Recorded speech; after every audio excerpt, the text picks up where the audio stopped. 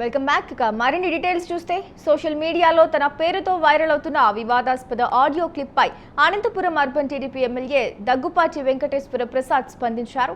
సినీ నటుడు జూనియర్ ఎన్టీఆర్ ను దూషిస్తున్నట్లుగా ఉన్న ఆడియోతో తనకు ఎలాంటి సంబంధం లేదని ఆయన తేల్చి చెప్పారు. అది తన గొంతు కాదని, స్థానిక రాజకీయాల్లో తనపై గిట్టని వారే ఇలాంటి దుష్ప్రచారానికి పాల్పడ్డారని ఆయన ఆరోపించారు.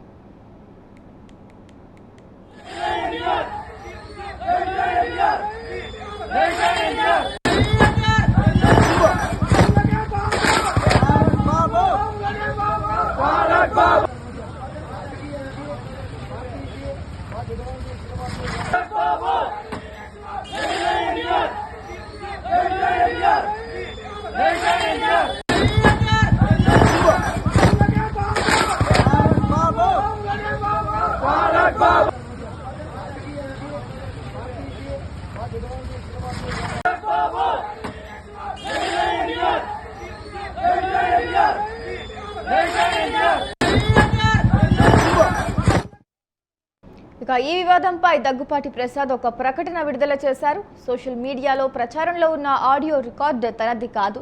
స్థానిక రాజకీయాల్లో భాగంగా కొందరు తనపై కుట్ర పన్నారని అన్నారు. తనకు చిన్నప్పటి నుంచి నారా, నందమూరి కుటుంబాల పట్ల ఎంతో గౌరవం, అభిమానం ఉన్నాయని ఆయన వివరించారు. ఈ ఆడియో వల్ల జూనియర్ ఎన్టీఆర్ అభిమానుల మనోభావాలు దెబ్బతిని ఉంటే తన తరపున మనస్ఫూర్తిగా క్షమాపణలు కోరుతున్నానని ఆయన వినమ్రంగా తెలిపారు. ఈ వివాదాన్ని ఇంతటితో ముగించాలని ఆయన కోరారు.